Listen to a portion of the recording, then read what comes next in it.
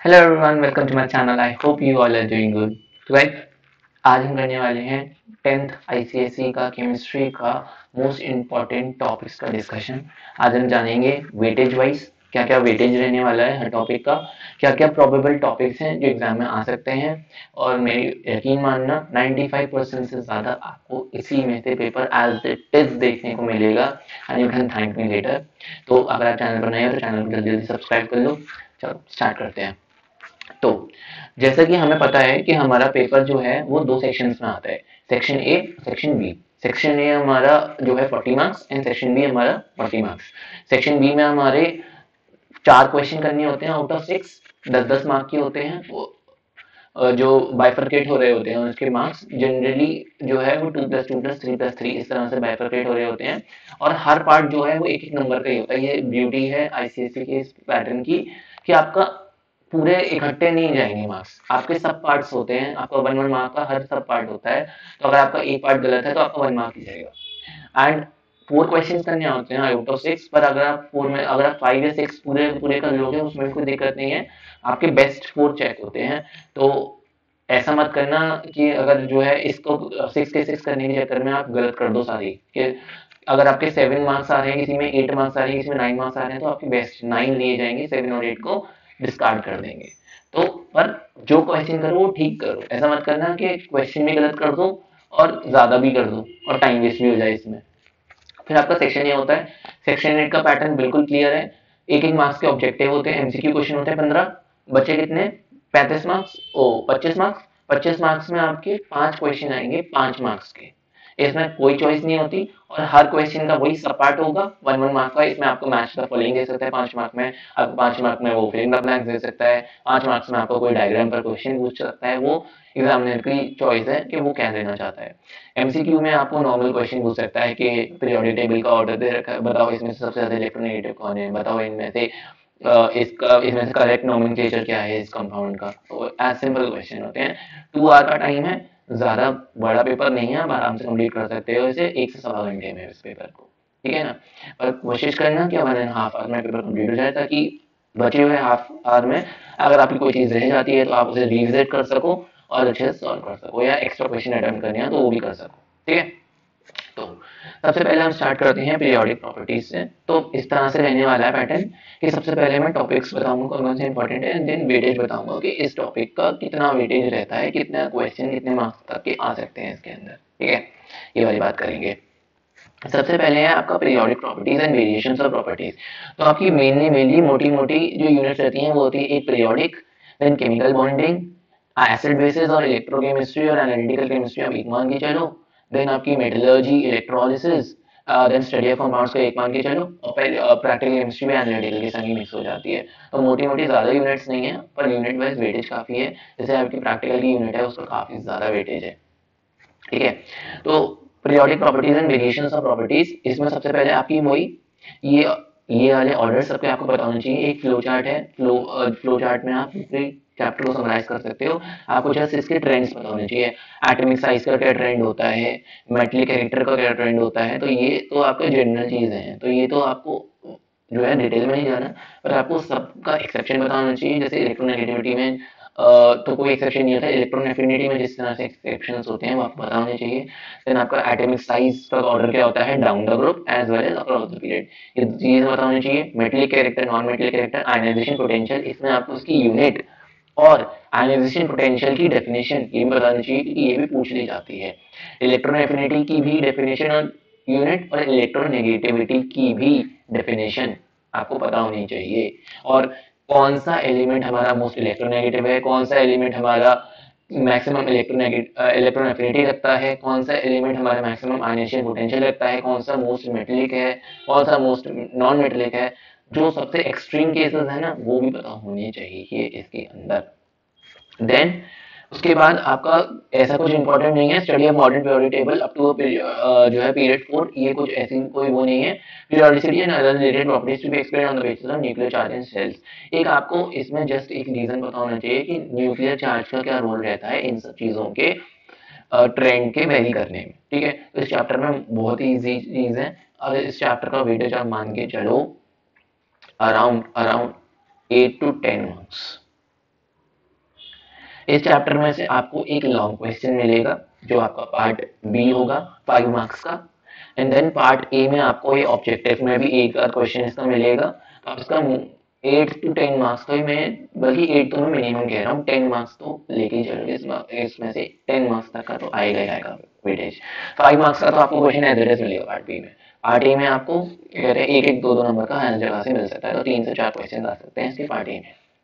Then chemical bonding, chemical bonding बहुत छोटा है, आपको तीन ही बॉन्ड के बताना चाहिए। आयनिक की फॉर्मेशन किस तरह से होती है आयनिक बॉन्ड में। अच्छा, पीरियोडिक टेबल में कुछ ऐसी प्रॉपर्टीज भी हैं जैसे मेल्टिंग पॉइंट वगैरह, बॉइलिंग पॉइंट वगैरह, उनको भी आप पढ़ सकते हो, रीड कर सकते हो। इतना इंपॉर्टेंट नहीं है क्योंकि हम अभी टॉपिक सिलेबस डिस्कस नहीं कर रहे हैं, अभी हम टॉपिक बाय टॉपिक डिस्कशन कर रहे हैं कि कौन से मोस्ट इंपॉर्टेंट चीजें हैं इसके अंदर। ठीक है, तो केमिकल बॉन्डिंग में इलेक्ट्रॉन डॉट स्ट्रक्चर आना चाहिए, और जो है इलेक्ट्रॉन डॉट स्ट्रक्चर में NaCl, MgCl2, CaO तीन ही हैं, तीनों ही कर लो। जो अगर मुझसे पूछोगे कि कौन, तो जो है MgCl2 काफी बार पूछा गया है। ठीक है, तीनों के एक जैसे ही होते हैं, तो इन तीनों के इलेक्ट्रॉन डॉट स्ट्रक्चर आने चाहिए। देन कैरेक्टरिस्टिक प्रॉपर्टीज और इलेक्ट्रोलाइट कंपाउंड्स, इनके बेसिस पर एक क्वेश्चन पूछ लेता है कि इनके melting point, boiling point, conductivity, dissociation, ये सब इतना इंपॉर्टेंट नहीं है। इसके अंदर मेल्टिंग पॉइंट अगर कट शॉर्ट करना है तो मेल्टिंग पॉइंट इंपॉर्टेंट है इसके अंदर। कोवेलेंट बॉन्डिंग में जो है आपको सबसे ज्यादा अगर मुझसे पूछोगे तो किसकी पूछता है, वो पूछता है नाइट्रोजन की, अमोनिया की, CCl4 की। ये तीन ही पूछ लेता है, सबकी एक जैसी ही है। जो उसके बाद वो पूछ सकता है ऑक्सीजन में डबल बॉन्ड है, नाइट्रोजन में ट्रिपल बॉन्ड है, इनके बेसिस पर ही वो क्वेश्चन दे सकता है। मुश्किल कुछ भी नहीं है इसके अंदर। देन उसके बाद जो है पोलर कोवेलेंट कंपाउंड्स क्या होते हैं, इनकी definition, and then state of existence. इन सब में भी मेल्टिंग पॉइंट ही बस। कोऑर्डिनेट बॉन्डिंग में सिर्फ दो एग्जांपल्स करने होते हैं आपको, एक अमोनियम आयन का और एक हाइड्रोनियम आयन H3O पॉजिटिव का। तो दो एग्जांपल यहाँ से करने हैं, इनमें से एक एग्जांपल हर ऑल्टरनेट ईयर आ जाता है 2 नंबर में। ठीक है, तो अगर मैं इसकी चीजें समराइज करूं तो पहले तो आपको ये 3 स्ट्रक्चर करने हैं। ठीक है, देन आपको यहाँ से इसकी मेल्टिंग पॉइंट का पता होना चाहिए। नंबर 2, ये मैं इंपॉर्टेंट चीजें बता रहा हूँ। देन थर्ड चीज है, इसमें सबका एक जैसा ही होता है, अगर इंपॉर्टेंट कहोगे तो नाइट्रोजन, अमोनिया, कार्बन टेट्राक्लोराइड, ये 3 इंपॉर्टेंट है। फिर पोलर कोवेलेंट क्या होते हैं इनके बारे में, कि डिफरेंस इन इलेक्ट्रोनेगेटिविटी जब होता है तो वो पोलैरिटी आती है। जैसे आपका HCl है, तो HCl के अंदर इन दोनों की इलेक्ट्रोनेगेटिविटी में डिफरेंस है, तो यहाँ डेल पॉजिटिव आ जाता है, इस पर डेल नेगेटिव आ जाता है। जो ज्यादा इलेक्ट्रोनेगेटिव होता है वो अपने पास लोन पेयर वो जो है खींच लेता है अपने पास, और वो नेगेटिव चार्ज बेयर करता है। और ये चीज याद रखना, लोन पेयर जो है मोर इलेक्ट्रोनेगेटिव जितना होगा एलिमेंट, वो उतना ज्यादा नेगेटिव चार्ज को अपने ऊपर होल्ड कर पाएगा। ठीक है, एंड देन इसके अंदर आपके अमोनिया, हाइड्रोनियम आयन और अमोनियम आयन, ये है जो है OH नेगेटिव हाइड्रोक्साइड आयन, बहुत ही रेयर है। इंपॉर्टेंट पूछोगे तो ये दो एग्जांपल ही है इंपॉर्टेंट। ठीक है, इसका मान के चलो आप 2 प्लस इसका मान के चलो आप 5 to 6 मार्क्स। एक स्ट्रक्चर इनमें से कोवेलेंट बॉन्डिंग या इसमें से आएगा, इलेक्ट्रोनेगेटिव में से और कोऑर्डिनेट में से तो आएगा ही आएगा। तो आप 5 to 6 मार्क्स मान के चलो इसके, मैक्सिमम, ज्यादा नहीं है इसका। इसमें सिलेक्टेड जो है पोर्शन है जो करना होता है आपको। ठीक है, then acid bases salt. Acid bases salt जो है ना, ये आपका स्टडी ऑफ कंपाउंड्स के साथ मिक्स होके आता है। स्टडी ऑफ कंपाउंड्स के हमारे 4 चैप्टर हो गए, HCl, nitric acid, sulphuric acid, ये हमारे चैप्टर्स हो गए, और इसके साथ हमारा acid basis and salts mix होके आता है। ओके, तो ऐसा स्पेसिफिक नहीं है कि ये हमारा अलग से इस पर क्वेश्चन आए, आ भी सकता है, पर ये मिक्स होके भी रिएक्शंस में आ जाता है। इसकी जो मेनली आती हैं वो आती हैं रिएक्शंस, और इसकी पीएच और इंडिकेटर के बारे में क्वेश्चन। ठीक है, रिएक्शंस में आपको दे देगा कंप्लीट द रिएक्शंस, एरो बना के दे देगा, this plus this gives, and complete कर दो रिएक्शन को। ट्रांसफर बेसिस की रिएक्शन जनरली इस तरह से आती हैं। हो सकता है वो क्वेश्चन के टाइप में भी दे दे, हो सकता है वो इसके अंदर एबीसीडी क्वेश्चन भी पूछ ले। तो अगर टफ बनाना हो तो हम टफ बना सकते हैं, वैसे भी तो ऐसा टफ बनाया नहीं गया पेपर, स्ट्रेट फॉरवर्ड भी क्वेश्चन आते हैं। तो देखो, सबसे पहले तो एसिड्स की डेफिनेशन, एसिड्स कौन सी स्पीशीज होती हैं, है ना। उसके बाद एसिड्स जो हैं लिटमस पर क्या असर डालते हैं, ये वाली चीज। देन सॉल्ट्स के बारे में बेसिक इन्फॉर्मेशन, सॉल्ट्स के बारे में, salts are formed by partial और complete replacement of hydrogen ions of acid, ये वाली सॉल्ट्स की डेफिनेशन। पहले इसका सिलेबस एसिड बेसिस का बहुत ज्यादा होता था, इसमें प्रिपरेशंस भी आती थी, इसके अंदर सॉल्युबिलिटी भी आती थी, बहुत कुछ आता था। अब तो बहुत बहुत ही ज्यादा, मतलब चैप्टर को 70% कट शॉर्ट कर दिया है। तो सबसे जो है नॉर्मल, अच्छा इसका फिनॉक्सिलिन पे और लिटमस पे दोनों का चेंज देख लेना, एसिड का क्या होता है और बेस का क्या होता है। फिनॉक्सिलिन जो होता है कलरलेस होता है, कलरलेस ही रहता है एसिड में, और बेस में पिंक हो जाता है, तो आपको पता होना चाहिए वाली बात। एसिड बेस में कलर चेंज पता कर लेना, एसिड्स और बेस की डेफिनेशंस, उनके एग्जांपल्स, और एल्कली और बेस में क्या डिफरेंस होता है। ठीक है, ये वाली चीज, ये वाला point. And then salts, salts के बारे में जनरल चीज, to be explain with suitable examples. ठीक है ना, एग्जांपल भी करने हैं इसके। Then introduction to pH scale, pH scale के बारे में आपको ये नॉलेज होनी चाहिए। And common acid base indicators, जिसमें कॉमन में आप जो है 3 कर लो, मिथाइल ऑरेंज, और वैसे तो क्वेश्चन मिथाइल ऑरेंज और फिनोक्सिलिन से आता है, एक मिथाइल रेड कर लो, करना है तो, इंपॉर्टेंट नहीं है, करना है तो कर लो। देन टाइप ऑफ सॉल्ट्स में normal salt, acid salt, basic salt, इनका क्वेश्चन 100% आता है, 100% क्वेश्चन आएगा ही आएगा इस पर। Normal salts generally acid salt पर पूछ लेता है क्वेश्चन। ठीक है, definition and examples. And then action of dilute acids on salts, decomposition of hydrogen carbonates, carbonates की वाली रिएक्शन एरो क्वेश्चंस में पूछ लेता, तो ये मान के चलो ये रिएक्शन आ जाएंगी आपकी 2 से 3 मार्क्स में। ये क्वेश्चन आ जाएगा इसका 1 से 2 मार्क का, यहाँ से आ जाएगा आपका 1 से 2 मार्क का क्वेश्चन, और यहाँ से आ जाएगा 1 से 2, और प्लस माइनस 1 से 2 आप ऐसे लेके चल रहे हो, तो ये मान लो 3 4 5 6 to 8 marks, 6 to 8 marks, 6 to 8 marks का आप जैसे लेके चल सकते हो। ठीक है, अच्छा ऐसा भी हो सकता है, अब ये मत कहना कि ऐसा कैसे हो गया, अमन आपने तो बहुत वेटेज बताया था। ये क्वेश्चन स्टडी ऑफ कंपाउंड्स के साथ मिक्स होकर भी आ सकते हैं, क्योंकि स्टडी ऑफ कंपाउंड्स में भी तो हमारे सल्फ्यूरिक एसिड यूज हो रहा है, नाइट्रिक एसिड यूज हो रहा है, अमोनिया यूज हो रहा है, HCl यूज हो रहा है, तो वो इनके साथ भी मिक्स होकर आ सकता है। वो 4 chapter study of acid basis and salts की कंबाइन होकर भी आ सकता है। तो ये पूरा अगर हम उसे बात करें तो 80 में से 30 मार्क्स का करीब का तो यही पोर्शन है, और मान लो 15 मार्क्स की हो गई एनालिटिकल और आपकी ऑर्गेनिक केमिस्ट्री, ओ सॉरी आपकी एनालिटिकल और प्रैक्टिकल केमिस्ट्री, तो इतना वेटेज मान के चलो। ऑर्गेनिक केमिस्ट्री का वेटेज मानना है तो ऑर्गेनिक केमिस्ट्री का कम से कम 10 नंबर का वेटेज मानो। ठीक है, बाकी हम वेटेज की तो बात कर ही रहे हैं, अभी तक हम लोग अगर वेटेज की बात करें तो हम लोग यहाँ पर 8 to 10 मार्क्स में पहुंच चुके हैं। 8 मार्क्स इसके लेके चलो, 5 मार्क्स इसके, 13 और 13 और इसके कितने हो गए 6, 19 20 मार्क्स मान लो, 20 मार्क्स का क्वेश्चन हो गया। अब हमारी बची कहानी 60 मार्क्स की, 60 मार्क्स की कहानी बची है, 60 मार्क्स का डिस्कस कर लेते हैं अब। अच्छा इसमें इंपॉर्टेंट तो मैंने बताया नहीं, इंपॉर्टेंट इसमें आपका सबसे पहला एसिड, नंबर 1 एसिड्स उनकी डेफिनेशन, बेस उनकी डेफिनेशन, सॉल्ट उनकी डेफिनेशन, नंबर 1 चीज हो गई। ठीक है, नंबर 2 चीज इंडिकेटर्स, इंडिकेटर की रेंज और पीएच के बारे में। ठीक है, और नंबर 3 लास्ट चीज है आपके action of dilute acids on salt. Dilute कहीं बोला और किसी का बोला ही नहीं है, तो कौन सी गैस लिबरेट होती है, ये आपके प्रैक्टिकल केमिस्ट्री में भी आ सकता है। ठीक है, तो तीसरी चीज है रिएक्शंस। अब ये मत कहना कि सब कुछ ही बता दिया, इसमें इंपॉर्टेंट क्या रहा, ऐसा नहीं है। जो चीजें छोड़ने की हैं वो बता रहा हूँ, जो चीजें नहीं है वो बता रहा हूँ। फिर क्योंकि अगर मैं कहूँगा इसमें ये छोड़ दो तो वो आगे प्रैक्टिकल केमिस्ट्री में भी आ जाएगा, फिर वहां दिक्कत आएगी। ठीक है, तो रिस्क नहीं लेना है। और इसमें जो है 80 में से 80 मार्क्स आते हैं लोगों के, एक भी नंबर नहीं कटता, देख लेना। फिर एनालिटिकल केमिस्ट्री में 2 ही चीजें हैं, NaOH और अमोनियम हाइड्रोक्साइड का एक्शन। इसमें जो होते हैं हमारे, जहाँ पर जो होते हैं मेटा इल्यूमिनेट्स बनते हैं ना, वो वाले अलग से कर लेना, जहाँ मेटा इल्यूमिनेट्स बनते हैं वो रिएक्शंस अलग से कर लेना। Colour of salt and it's solution पता कर लेना, जो जो वाले सॉल्ट्स होते हैं कलर्ड सॉल्ट्स कौन से होते हैं, और हमारे जैसे हमारे पोटेशियम डाइक्रोमेट है, पोटेशियम परमैंगनेट है, ठीक है ना, पोटेशियम डाइक्रोमेट ऑरेंज होता है, ये सब कहीं है, बाकी सब तो जनरली वाइट ही होते हैं। कॉपर के सॉल्ट्स ब्लू होते हैं जनरली, कॉपर सल्फेट ब्लू होता है, कुछ ग्रीन भी होते हैं सॉल्ट्स पर।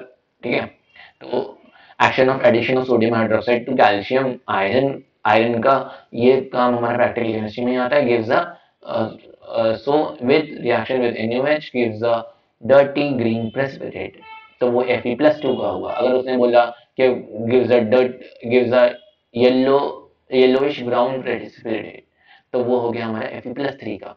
तो यहाँ पर हमारे पैराग्राफ क्वेश्चन आते हैं।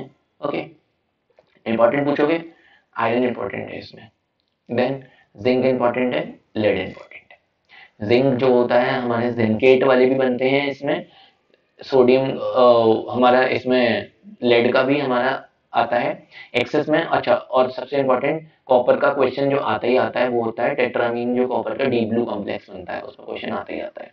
डीप ब्लू कॉपर का जो कॉम्प्लेक्स बनता है उसमें क्वेश्चन आता ही आता है। तो अगर मुझसे पूछोगे तो सबसे पहले कलर इंपॉर्टेंट नहीं है, कलर इंपॉर्टेंट नहीं है, अलग से करना, जो रिएक्शन है इन्हीं की कलर याद कर लेना। तो सबसे पहले पूछोगे तो मुझसे आयरन, ठीक है। कैल्शियम का हमारा उसमें आ जाता है जहां हम बात करते हैं पार्शियली सॉल्युबल की, पार्शियली सॉल्युबल की जब हम बात करते हैं तब हमारा कैल्शियम आ जाता है, ठीक है। तो हमारे इसमें सबसे अगर पूछोगे इंपॉर्टेंट तो आयरन है, +2 +3 दोनों। देन हमारा कॉपर मोस्ट इंपॉर्टेंट, इसका क्वेश्चन आता ही आता है जनरली। जिंक और लेड, ठीक है। इसमें आपको क्या क्या चीजें करनी है, सबसे पहले कलर, सेकेंड चीज नॉर्मल एडिशन की रिएक्शन, नॉर्मल एडिशन में क्या होता है, और थर्ड चीज एक्सेस में डालते हैं तो क्या होता है। ये तीनों पैरामीटर्स पर आपको तैयारी करनी है। तो ये आपकी ये फर्स्ट सेकंड थर्ड फोर्थ ये 4 चीज हो गई।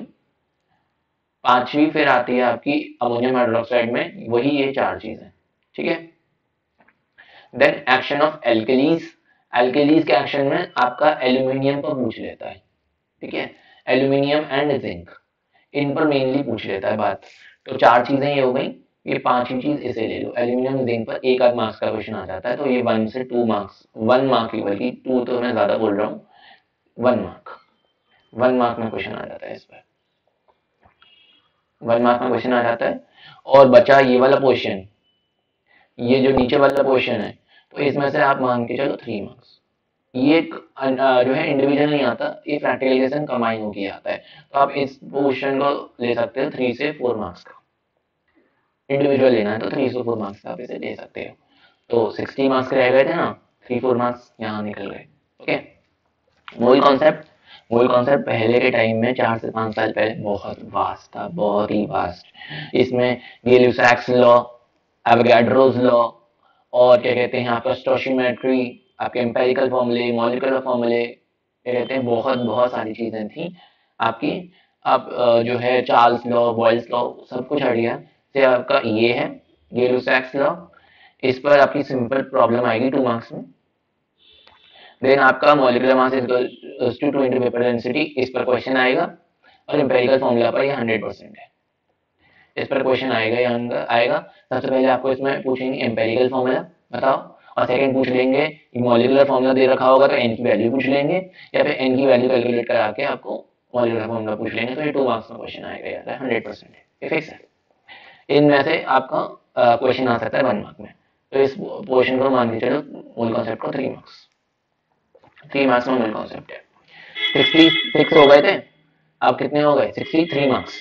तो 62 से 63 ले लेते हैं, हो सकता है इनमें से एक आध मार्क्स याद है, 62 से 63 मार्क्स की कहानी रह गई। अब इलेक्ट्रोलिसिस, एक इलेक्ट्रोलिसिस 100% आएगी।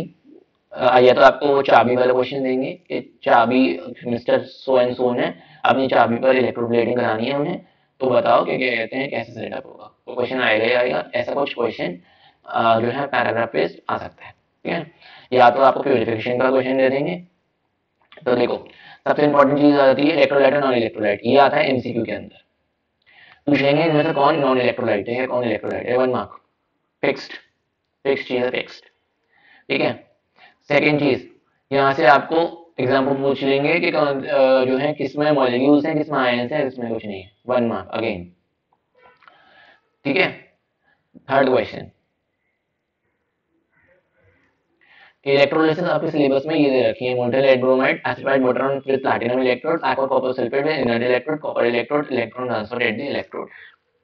सबसे पहले आपको ऐड एनोड, ऐड कैथोड क्या क्या रिएक्शन होती हैं, उसके बाद आपको बताना है कि कौन कौन सी चीजें डिपॉजिट होती हैं। तो ये आप क्वेश्चन 3 मार्क्स में मान के चलो कि इसमें से एक ना एक तो आएगी आएगी। अगर मुझसे पूछोगे कि कौन सी इंपॉर्टेंट है, तो ये कॉपर इलेक्ट्रोड्स वाली इंपॉर्टेंट है, कॉपर इलेक्ट्रोड्स वाली, कॉपर सल्फेट की इलेक्ट्रोलिसिस, ठीक है। एंड देन इलेक्ट्रोप्लेटिंग ही पूछोगे तो इलेक्ट्रोप्लेटिंग विद निकल एंड सिल्वर, इसमें जनरली इलेक्ट्रोलाइट, इसमें तो ऐसे ऐसे क्वेश्चन आते हैं, पार्ट वाइज क्वेश्चन आते हैं, कौन सा इलेक्ट्रोलाइट यूज किया, एनोड पर क्या डिपॉजिट होगा, कैथोड पर क्या डिपॉजिट होगा, इस तरह से वो 1 मार्क्स के क्वेश्चन पूछ लेता है। तो ये आप मान के चलो या तो ये 3 मार्क्स में आ जाए या तो ये 3, तो ये आप मान के चलो ये भी 3 मार्क्स में, ये भी आएगी तो 3 मार्क्स में आएगी। ठीक है। Reason and condition for electroplating क्या होती है, क्यों करते हैं इलेक्ट्रोप्लेटिंग, ये 2 मार्क्स में रीजन आ जाता है। Name of the electrolyte should be used, ये सब चीजें हैं। तो अब इसे मान के चलो मोटा मोटा 6 से 7 मार्क्स। अब इसमें बाइफरकेशन, अच्छा अब इंपॉर्टेंट की कहानी, तो इंपॉर्टेंट में देखो पहली चीज तो इनमें से क्वेश्चन आएगा ही आएगा, इलेक्ट्रोलाइट्स में से कौन इसमें से नॉन इलेक्ट्रोलाइट है, कौन इसमें से, ये नहीं पूछेगा आपको डिफाइन स्ट्रॉन्ग इलेक्ट्रोलाइट, ये नहीं पूछेगा, इनमें से कौन सा है, ये क्वेश्चन इसका एमसीक्यू में आएगा। ठीक है। नेक्स्ट चीज है ये इनमें से कोई इलेक्ट्रोलाइसिस आएगी, इंपॉर्टेंट वाली है कॉपर की, और थर्ड वाला है ए। अगर इसमें से पूछोगे मुझसे कौन सा इंपॉर्टेंट है तो इलेक्ट्रोप्लेटिंग विद निकल आती है जनरली, ये चाबी है, चाबी को इलेक्ट्रोप्लेट करना है उन्हें, तो बताओ कि क्या क्या कंडीशंस हैं, ये सो एंड सो, तो 3 मार्क्स में आ जाता है। अगर इन दोनों में मुझसे पूछोगे तो ये वाली चीज इंपॉर्टेंट है। ठीक है। 6 से 7 मार्क्स। तो हम कितने पर पहुंचे थे, 62 63 पर चल रहे थे, तो कितने हो गए, 55 मार्क्स कह रहा हूँ, 55 56 मार्क्स का रह गया क्वेश्चन। ठीक है। 55 56 का रह गया, तो आप मान के चलो कि ज्यादा ही मान 55 ही ले लो, क्योंकि इनमें से ज्यादा भी हो सकता है। 55 के बाद मेटलर्जी में भी पहले बहुत सिलेबस होता था, Hall's Roll's process, Bayer's process, ठीक है ना, उसके साथ आपका आगे भी होता था, अब वो नहीं रहा है। अलॉयज में भी आपका काफी कुछ कट शॉर्ट कर दिया है। अलॉयज में जो होता है आपका 1 मार्क का क्वेश्चन आता है एमसीक्यू में। ठीक है। ये जो है हमारे ब्रॉन्ज के कंपोनेंट्स क्या क्या होते हैं, या फिर हमारे ब्रास के कंपोनेंट्स क्या क्या होते हैं, पहले इसके एप्लीकेशंस भी थे, अभी भी यूजेस जो हैं, यूजेस में आपके ड्यूरेलिज्म के यूजेस पूछ लेता है, स्पेशली आपका एयरक्राफ्ट की बॉडी वाला यूज पूछ लेता है, तो ये 1 मार्क, कभी कभार 2 मार्क्स, कभी कभार बहुत रेयर में 2 मार्क्स। देन इस बेयर प्रोसेस में रिएक्शन आती है, ये बहुत ही इंपॉर्टेंट, मेटलर्जी इतनी कट शॉर्ट हो गई है, और अगर हमारा हॉल्स एंड रॉल्स पर क्वेश्चन ना आए तो ऐसा तो हो ही नहीं सकता। ठीक है। स्ट्रक्चर ऑफ इलेक्ट्रोलाइटिक सेल, ये भी हम इसमें मैं क्या ही कट शॉर्ट करूं, अच्छा occurrence of metals in nature, metal and ores meaning only, जो है ऑल मिनरल्स आर ओल्ड, ये जो स्टेटमेंट आती है आपकी, उसका क्वेश्चन आ जाता है 1 मार्क का। Common ores of iron aluminium and zinc, common ores का मतलब जो है इतनी ज्यादा टेंशन लेने की जरूरत नहीं है, 2 4 पढ़ लेना जो कि कॉमन है, तो इस पर 1 मार्क का क्वेश्चन आ जाता है, कभी कभार 2 मार्क का भी मान के चलो। कॉमन ओर्स लिखा है तो एल्यूमिनियम के और जो है आयरन वायरन के कॉमन ओर्स कर लेना, 1 मार्क। नेक्स्ट बेयर्स प्रोसेस, हॉल्सरॉल, इसमें मान के चलो आपका 3 मार्क्स का क्वेश्चन, और 2 मार्क का यहाँ 3 और 2 5 और 6 से 7 नंबर। ठीक है। 48 मार्क्स की कहानी, 48 49 मार्क्स की रह गई है। ओके। इंपॉर्टेंट की पूछोगे तो मैंने वही बता दिया ना, बेयर्स प्रोसेस, हॉल्सरॉल्स प्रोसेस, इसके अंदर कॉमन नोट्स ऑफ, अगर इनमें से भी पूछोगे तो कॉमन नोट्स ऑफ एल्यूमिनियम पूछ लेता है वो। ठीक है। बाकी तो बहुत सारे हैं, बॉक्साइट है ना, सबसे ज्यादा तो बॉक्साइट ही पॉपुलर है। चलो मेटल और नोट्स की डेफिनेशन पूछ लेता है, और यहाँ पर मैंने अलॉयज में बता ही दिया कि तुम्हारे, अच्छा अलॉयज में भी इंपॉर्टेंट बता देता हूँ हमारे को कौन सा सबसे ज्यादा पूछता है। ड्यूरेलिज्म का तो एप्लीकेशन पूछता है, वो पूछता है इसमें से ब्रास और ब्रोंज, ब्रास और ब्रोंज पूछता है सबसे ज्यादा, ब्रास और ब्रोंज का कॉम्पोजिशन सबसे ज्यादा पूछता है वो। ठीक है। पहले एल्निको भी था, अब एल्निको को हटा दिया है, एल्निको का भी पूछ लेता था पहले। स्ट्रक्चर ऑफ कंपाउंड्स, अब कहानी कितने, स्ट्रक्चर ऑफ कंपाउंड्स की कम से कम कहानी पता है कितने मार्क्स की है, 25 मार्क्स की कहानी है स्ट्रक्चर ऑफ कंपाउंड्स की कहानी। आइए बात करते हैं स्ट्रक्चर ऑफ कंपाउंड्स में। सबसे पहले ये, अच्छा इस पर एक क्वेश्चन नंबर, जो सेक्शन ए है, सेक्शन ए का क्वेश्चन नंबर 2 जो है, उसमें इस पर क्वेश्चन मिलेगा स्ट्रक्चर ऑफ कंपाउंड्स पर 100%। आपको कोई प्रोसेस दे रखा होगा, या तो ऑसॉल्ट प्रोसेस दे देंगे, या आपको वो जो है वो आपको दे देंगे, कौन सा प्रोसेस होता है ये, हाइड्रोजन क्लोराइड का जो आपका कलेक्शन का मेथड होता है वो दे देंगे, या आपको फाउंटेन एक्सपेरिमेंट दे देंगे, ठीक है, इन सब प्रोसेस को दे देंगे और आपसे उनमें ABCD मार्क लेबलिंग कर देंगे और आपसे क्वेश्चन पूछेंगे कि ए क्या है, बी क्या है, सी क्या है, डी क्या है। एक पिक्चर क्वेश्चन तो आएगा ही आएगा सेक्शन ए में, ये fixed 5 marks. Picture question 5 marks fixed, आने आने। बात कर लेते हैं इसमें preparation of hydrogen chloride from sodium chloride. अगर हाइड्रोजन क्लोराइड का आता है तो इसमें से क्वेश्चन आ जाता है। इसमें आपको पहली बात तो ये पूछते हैं कि रिएक्शन लिखो, लेस देन 200 में रिएक्शन करेंगे तो क्यों करते हैं, उसके बाद अगर हम ग्रेटर देन 200 कर दें तो क्यों वो हो जाता है, ड्राइंग एजेंट का यूज करते हैं। तो अगर इसमें क्वेश्चन पे आता है पिक्चर क्वेश्चन तो 5 मार्क्स का आएगा। अगर जनरल पूछना है तो 2 मार्क्स का पूछेगा, ठीक है, 2 मार्क्स या 5 मार्क्स। या तो अगर ऐसे पूरा ही पूछना है इस प्रोसेस को, वो 5 मार्क्स का पूछेगा, ड्राई एजेंट ये क्यों यूज करा, कौन सा यूज करा और ये क्यों यूज करा। देन वो पूछेगा कि हम लोग टेम्परेचर बढ़ा दें तो क्या होगा, टेम्परेचर कम करते हैं तो रिएक्शन लिखो, ठीक है। तो 2 मार्क्स से 5 मार्क्स में पूछ लेगा ये। प्रोडक्ट कंडीशन इक्वेशन डायग्राम और सेटिंग ऑफ द पैराडाइज, ये सब पता होना चाहिए। एंड देन डाउनवर्ड डिस्प्लेसमेंट से कलेक्ट होता है या अपवर्ड डिस्प्लेसमेंट से, ये भी पूछ लेगा वो, ठीक है। डाउनवर्ड डिस्प्लेसमेंट ऑफ वाटर और डाउनवर्ड डिस्प्लेसमेंट ऑफ एयर, ये ध्यान से पढ़ लेना, ठीक है। देन उसके बाद ये वाला एक्सपेरिमेंट जनरली नहीं पूछते हैं, है ना। और उसके बाद फाउंटेन एक्सपेरिमेंट, एक क्वेश्चन इसमें से यहाँ से बनता है, कहाँ से, एक क्वेश्चन इसमें से यहाँ से बनता है। मैं टाइप बता देता हूँ। नंबर 1 क्वेश्चन इसमें से यहाँ से बनता है।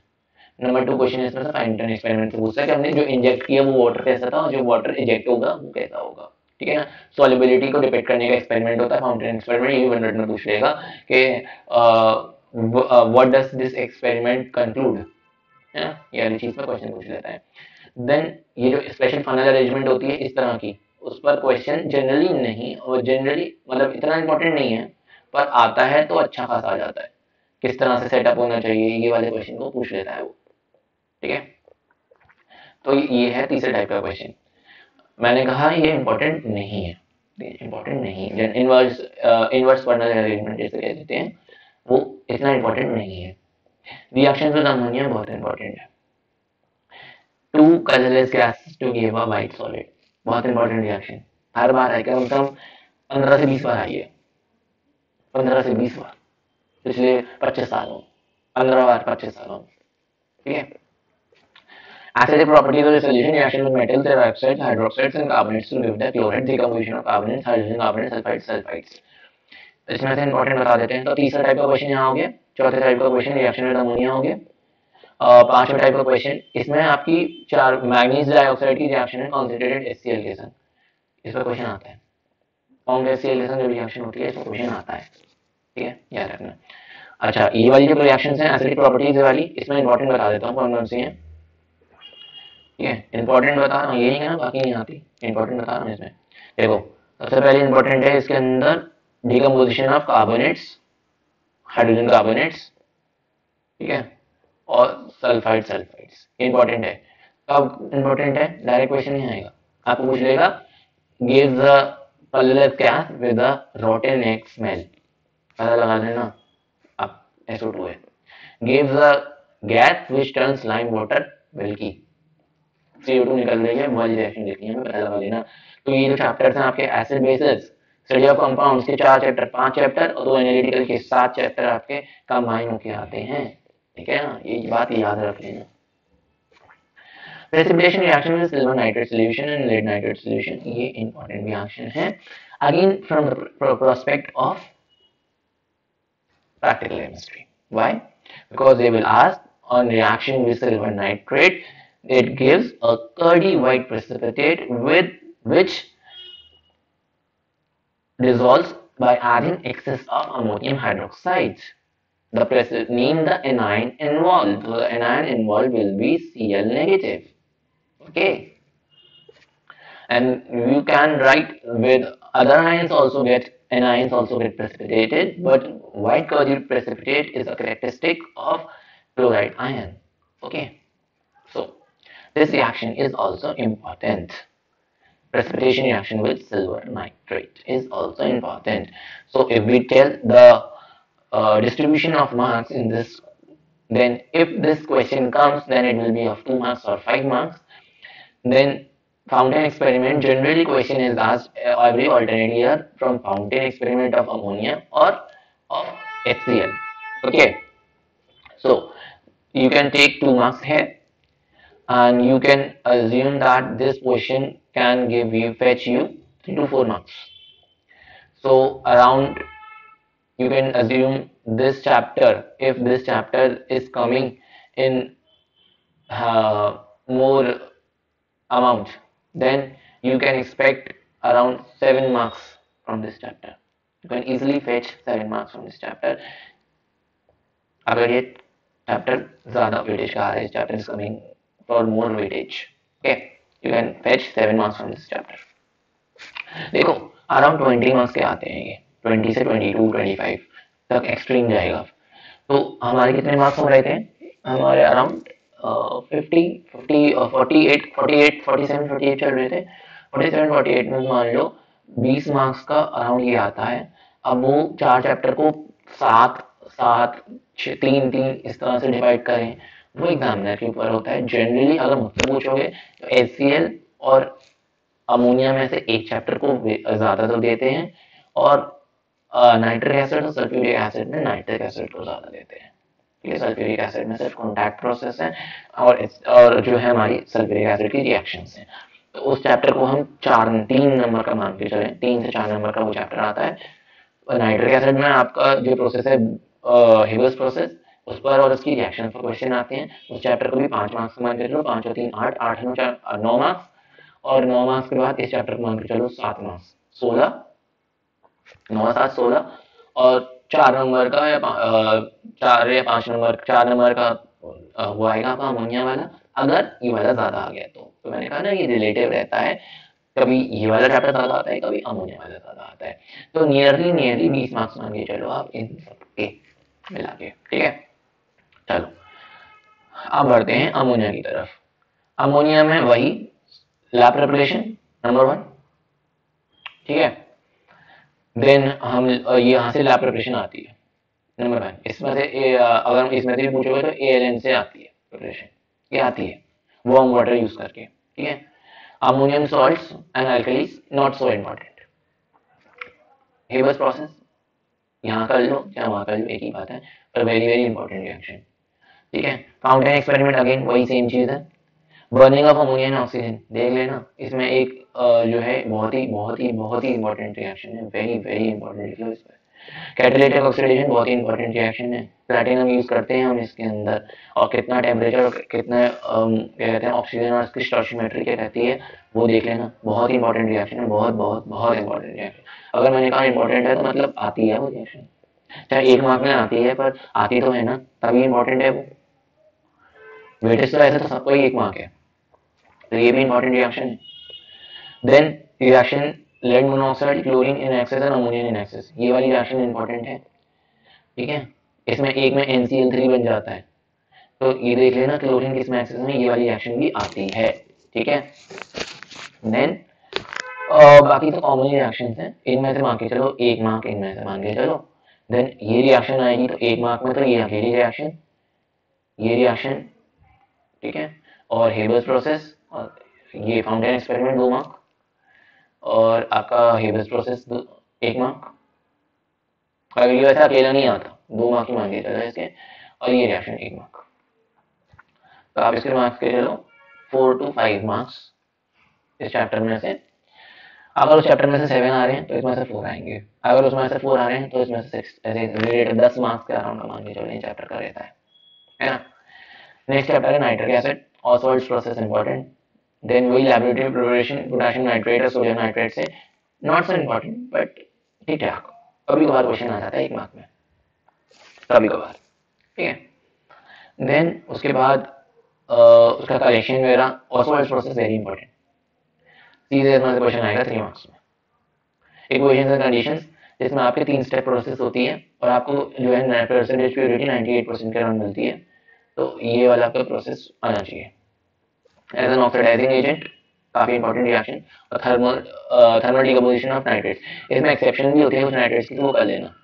तो ये रिएक्शन मान के चलो 2 से 3 मार्क्स में रिएक्शन आएंगी, और देन बाकी का आपका ऑसवाल्ड्स प्रोसेस वाला 2 मार्क्स, 2 से 3 मार्क्स में ये.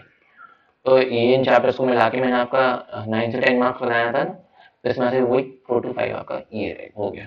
ओके, इंपॉर्टेंट मैंने आपको बता ही दिया। नाइट्रिक एसिड का ये ऑक्सीडाइजिंग एजेंट का नेचर और आपके थर्मल डिकम्पोजिशन ऑफ नाइट्रेट्स, इसमें आपके कुछ कुछ जो है वो नॉर्मल हो जाते हैं, सोडियम और पोटेशियम के नॉर्मल नहीं होते, तो उन्हें अच्छे से कर लेना। इसके अंदर आपकी लैबोरेटरी प्रिपरेशन, ठीक है, कुछ इसमें से ऐसा बताने का नहीं था। सल्फ्यूरिक एसिड में वैनेडियम वाली रिएक्शन बहुत ही इंपॉर्टेंट है, वो हमेशा कैटलिस्ट पूछ लेता है, तो कौन सा हमने प्रोटोनेटा कैटलिस्ट यूज किया, तो आपकी कंडीशंस की इक्वेशन, तो 3 स्टेप पे ओलियम वोलियम बनाने की रिएक्शन है, वो आपको पूछ लेता है। अगर एक चैप्टर आया तो मार्क्स में से ये समझ लो कि 2 मार्क्स में आएगा। देन इसमें से for the oxidising agent, as a dehydrating agent, dehydration में और शुगर में जो चार्जिंग होती है उसको क्वेश्चन पूछ लेता है, ठीक है। इसमें से इंपॉर्टेंट बता दिया मैंने, चार्जिंग वाला क्वेश्चन है। नॉन वोलेटाइल नेचर में सोडियम पोटेशियम क्लोराइड के साथ reaction not so important, test for dilutance, ये वाला है। इसमें से 1 मार्क, इसमें से 1 मार्क, ऐसा ऑक्सीडाइजिंग इसमें से 1 मार्क, और डाइल्यूट होता है इसमें से 1 मार्क, एक रिएक्शन इसमें से पूछ लेगा, और कॉन्टैक्ट प्रोसेस में 2 मार्क। तो इसमें वही 4 से 5 मार्क्स का बन रहा है ये भी। अब देखो जितना मैंने बताया ना, ये मैंने वो जगह बताई जिनमें से क्वेश्चन पूछे जाते हैं। ऐसा भी हो सकता है कि 20 मार्क्स में किसी में से ज़्यादा पूछ लिया जाए, किसी में से ना पूछा जाए, तो मैं तो सिर्फ प्रोबेबिलिटी बता रहा हूँ, ठीक है। रिसेंट पेपर्स को देख के एग्जामिनर किस में से क्वेश्चन बना सकता है उसके माइंड को स्टडी करके, पर ये गारंटी है जो मैं बता रहा हूँ वही में से आएगा, बाहर कुछ नहीं आएगा। मेरा कर लोगे 75 प्लस तो पक्के है, वो तो बिना आंख बंद करके पक्के है। बात है कि जो 80 मार्क्स लाता है उसकी, कि वो कितना ध्यान से उस चीज को ग्रैब करता है, ठीक है। अब ऑर्गेनिक केमिस्ट्री कितने बन रहे थे? 48 49 बन रहे थे, 20 निकाल दो, 28 बचे, 28 बच गए ना, 28 का राउंड बच गए। 28 में से आप मान के चलो 10 से 10 क्यों, 12 से 15 मार्क्स की, बल्कि मैं 20 मार्क्स की भी इसके कम बोल रहा हूँ। इसे एक काम करो, 20 से 22 लेके चलो, 20 से 22 नंबर की आ जाता है ये क्वेश्चन। तो इसमें से ऑर्गेनिक केमिस्ट्री में से मान के 20 से 22 नंबर की है, बल्कि 20 से 22 भी क्यों, इसे लेके चलो 22 से 25 मार्क्स, 22 से 25 मार्क्स, 22 से 25 मार्क्स, तो 28 क्यों, इसे कर लो करीब 25 मार्क्स करीब हमारे बचे हैं। कितने मार्क्स बचे हुए हैं? 22 से 25 मार्क्स बचे हैं। इसमें से 12 से 15 नंबर की ये मान के चलो ऑर्गेनिक केमिस्ट्री, और जो लास्ट चैप्टर है आपका कौन सा, प्रैक्टिकल केमिस्ट्री, वो आप मान के चलिए 7 to 10 मार्क्स।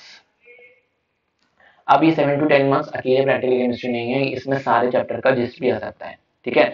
ये मिसलेनियस है, ठीक है ना, ये मिसलेनियस है,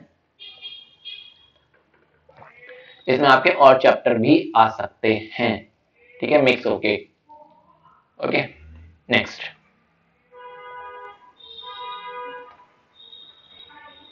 चलिए, ऑर्गेनिक केमिस्ट्री में बहुत सिंपल पूछता है। देखो सेक्शन 1 सेक्शन ए है, उसके एमसीक्यूज जो 15 मार्क्स के होंगे, उसमें से जनरली वो पूछ लेगा कि एल्केन का क्या वो होता है, जनरल फार्मूला क्या होता है, CnH2n+2, CnH2n, CnH2n-2, CnH2n+1, कुछ भी पूछ लेगा, ठीक है। तो इसमें से मान के चलो सेक्शन 1 EMS के 1 मार्क्स, 1 या 2 मार्क्स मान के चलो, 2 मार्क्स यहाँ मान के चलो। मैं आपको बता रहा हूँ कहाँ कौन कौन से क्वेश्चन आते हैं, पहले तो वो बात कर लेते हैं। तो क्वेश्चन नंबर 1 जो होगा उसमें आप 2 मार्क्स का मान के चलो। क्वेश्चन नंबर 2 होगा, उसमें आपको एक क्वेश्चन नॉमेनक्लेचर का 100% मिलेगा 2 मार्क्स में, 100% फिक्स्ड, ठीक है। तो 2 से 3 मार्क्स आप वहां मान के चलो, कितने हो गए, 5 तो हो गए। एक आपको सेक्शन बी में 5 मार्क्स का मिलेगा, ठीक है। और आपका 2+3 यहाँ है, और आपका 2 मार्क्स यहाँ मान के चलो कि 2 मार्क्स किसी और क्वेश्चन के संग कंबाइन करके दे देगा। तो सेक्शन ए में आप मान के, तो सेक्शन ए में आपकी 6 मार्क्स की से 7 मार्क्स का आएगा, और सेक्शन बी में आपका 5 to 6 मार्क्स आएगा। तो इस तरह से ऑर्गेनिक केमिस्ट्री का रहता है, बहुत सिंपल ऑर्गेनिक केमिस्ट्री, कोई दिक्कत नहीं है उसके अंदर, ठीक है। देखो सबसे पहले तो कार्बन की कैटिनेशन की प्रॉपर्टी का पूछ लेता है, एमसीक्यू में आएगी ये वाली प्रॉपर्टी, ठीक है। देन उसके बाद वो पूछेगा क्लासिफिकेशन ये इम्पोर्टेंट नहीं है, पहले बता रहा हूँ, इम्पोर्टेंट जो नहीं है वो बता दूंगा। आइसोमेरिज्म की प्रॉपर्टी में क्वेश्चन पूछ लेता है, जनरली क्वेश्चन जो पूछता है वो नियोपेंटेन पर पूछ लेता है, ठीक है, जनरली क्वेश्चन नियोपेंटेन पे पूछ लेता है। Single double triple bond structure of compounds, structure formulae, ये homologous series, alkane alkene alkane के general formulae, structure of chain, position isomers, इन पर अगर पोजीशन आइसोमर पर क्वेश्चन आया तो 2 मार्क का आएगा, ठीक है। जनरल फॉर्मूले पर क्वेश्चन पूछ लेता है तो उसमें वो होमोलॉगस सीरीज, जनरल फॉर्मूला क्या होता है, एल्केन का जनरल फॉर्मूला क्या है, एल्केन को क्या कहते हैं, ऑयलीफिन्स कैसे कहते हैं, ये क्वेश्चन मिसलेनियस चीजें हैं, ये आप मान के चलो 2 से 3 मार्क्स का पोर्शन निकल गया ऊपर का पूरा मिला के, 2 से 3 मार्क्स और 2 मार्क्स, ये 5 मार्क्स का काम ये हो गया। देन एल्केन, अच्छा उसके बाद वो नॉमेनक्लेचर वगैरह, 2 मार्क्स में नॉमेनक्लेचर वगैरह ले लो, तो 2 मार्क्स में आप नॉमेनक्लेचर ले सकते हो, 2 मार्क्स का नॉमेनक्लेचर है। उसके अंदर अगर वो नॉमेनक्लेचर में भी पूछ रहे हो तो कौन सा देगा, तो वो सिंपल सिंपल देता है, वन फंक्शनल ग्रुप होंगे, बाई फंक्शनल ग्रुप होगा नहीं, सिंपल नॉमेनक्लेचर उसने पहले क्या रखा है, double bond, triple bond, alcohol, aldehyde, carboxylic acid, longest chain rule और स्मॉलेस्ट चेन, इस पर वो 2 मार्क का क्वेश्चन दे देता है, ठीक है। अब 2 मार्क के क्वेश्चन में जनरली वो जो है ना वो जनरली जो होता है वो कीटोन दे देता है आपको, CHO दे देता है, ये दोनों जनरली, जनरली बोल रहा हूँ, एक क्वेश्चन इन दोनों में से एक का होगा और एक क्वेश्चन सिंपल एल्कीन का होगा, जनरली बता रहा हूँ, ठीक है। अच्छा, और उसमें साफ साफ लिखा हुआ ओनली वन फंक्शन, तो दिक्कत की बात ही नहीं है, ओके। बात कितनी रह गई है, 7 नंबर की बात रह गई, 6-7 नंबर की, तो देखो एल्कीन्स के अंदर ग्रीन हाउस गैस कौन सी होती है, MCQ का क्वेश्चन है, ठीक है। सोडियम इथेनॉल से प्रिपरेशन एल्कीन आएगी तो प्रिपरेशन आएगी 1 मार्क यहाँ, 1 मार्क यहाँ, ठीक है। मिथाइल हाइड्राइड की रिएक्शन, आयोडोब्रोमीन ब्रोमोइथेन की रिएक्शन, ये not so important, complete combustion of methane and ethane, reaction of methane and ethane chlorine to substitution. अच्छा, कौन सी रिएक्शन देता है सब्स्टिट्यूशन क्या है, जो है एलिमिनेशन, इस पर एक क्वेश्चन आते रहता है, तो 3 मार्क्स यहाँ होगा और इस पोर्शन में से मान के चलो 1 मार्क। अब बात रही कि इसमें क्या इंपॉर्टेंट है उसकी, तो इस जो है इथेनेट वाला इंपॉर्टेंट है, एंड देन उसके बाद ये रिएक्शन जो है कंप्लीट कंबशन ईथेन की, ये इंपॉर्टेंट है, और जो होती है क्लोरीन का सब्स्टिट्यूशन, ये इंपॉर्टेंट है। ये 3 चीजें जो होती हैं ये इंपॉर्टेंट है इसके अंदर, क्योंकि हम इंपॉर्टेंट की बात कर रहे हैं तो ये 3 चीजें इंपॉर्टेंट है। एल्कीन की बात करें तो एल्कीन की बात में अनसैचुरेटेड हाइड्रोकार्बन्स होते हैं, method of preparation by dehydrohalogenation, very very important. कौन के SO4 डालते हैं 440 केल्विन या 170 डिग्री सेल्सियस यूज करते हैं, बहुत इंपॉर्टेंट रिएक्शन, डिहाइड्रेशन की रिएक्शन, ये दोनों रिएक्शन दोनों इंपॉर्टेंट है, ठीक है। एल्काइंस की बात करें तो एल्काइंस में 1,2-डाइब्रोमोमीथेन से प्रिपरेशन का मेथड और कैल्शियम कार्बाइड का मेथड, ये दोनों मेथड बहुत बहुत इंपॉर्टेंट है, और इनकी application in the ripening of fruits बहुत इंपॉर्टेंट, इनकी एप्लीकेशन एज अ ऑक्सीएसिटिलीन फ्लेम्स में वो दोनों 2 एप्लीकेशन है, वो 2 एप्लीकेशन इंपॉर्टेंट है, ठीक है। तो ये दोनों मेथड ऑफ प्रिपरेशन इंपॉर्टेंट है, okay. Main properties particularly addition products pertaining to alkenes and alkynes, ठीक है। तो ये हमारा इस तरह से खत्म हो गया, तो इसके अंदर ये इंपॉर्टेंट है, ये इंपॉर्टेंट है। अब बचा प्रैक्टिकल केमिस्ट्री, तो प्रैक्टिकल केमिस्ट्री का ये डायरेक्टली मेंशन नहीं करते हैं, ओके, ये डायरेक्टली मेंशन नहीं करते हैं, तो प्रैक्टिकल केमिस्ट्री के अंदर आपको जो क्वेश्चन मिलते हैं वो आपको एनालिटिकल के साथ मिक्स करके देते हैं, आप उससे क्लेम नहीं कर सकते कि ये तो सिलेबस में मेंशन ही नहीं था, ये कैसे आ गया। अगर वो दे देते हैं कि लाइन वाटर मिल ही करता है, ये कहते हैं पोटेशियम डाइक्रोमेट को जो होता है ऑरेंज से ग्रीन हो जाता है, डीकलराइज हो जाता है KMnO4 पिंक कलर वाला, तो ये रिएक्शन की एप्लीकेशन आ जाती हैं। जनरली जो होता है ये सब कंबाइन करके आता है 6 से 7 नंबर में, ठीक है। तो यू कांट क्लेम कि इसी सिलेबस में नहीं है, ये जनरल रिएक्शंस हैं जो आप तब से अब तक पढ़ते आ रहे हो, एप्लीकेशन बेस्ड है, ठीक है। ये तो यही चीजें थी, और कोई भी दिक्कत नहीं है। अगर आपको कोई भी दिक्कत हो तो कमेंट सेक्शन में पूछ लेना, या टेलीग्राम चैनल आपने ज्वाइन कर ही लिया हो चैनल, अगर नहीं किया तो कर लेना, लिंक आपको दे ही रखा है डिस्क्रिप्शन में, आप जाके ज्वाइन कर सकते हो, वहाँ पर मुझसे आप फोटो खींच के या कैसे भी क्वेश्चन के डाउट्स पूछ सकते हो, ओके। वीडियो पसंद आई हो तो लाइक करना, शेयर करना ज़्यादा से ज़्यादा, और चैनल पर नए हो तो चैनल को सब्सक्राइब करना मत भूलना। ट्रस्ट मी, आपको बहुत बेनिफिट होगा इस चैनल को ज्वाइन करने के बाद, और बिल्कुल भी आप रिग्रेट नहीं करोगे। ज़्यादा से ज़्यादा फैलाओ इस वीडियो को, ज़्यादा से ज़्यादा कंटेंट जो है गेन करने की कोशिश करो, ठीक है। Thank you very much, goodbye and take care.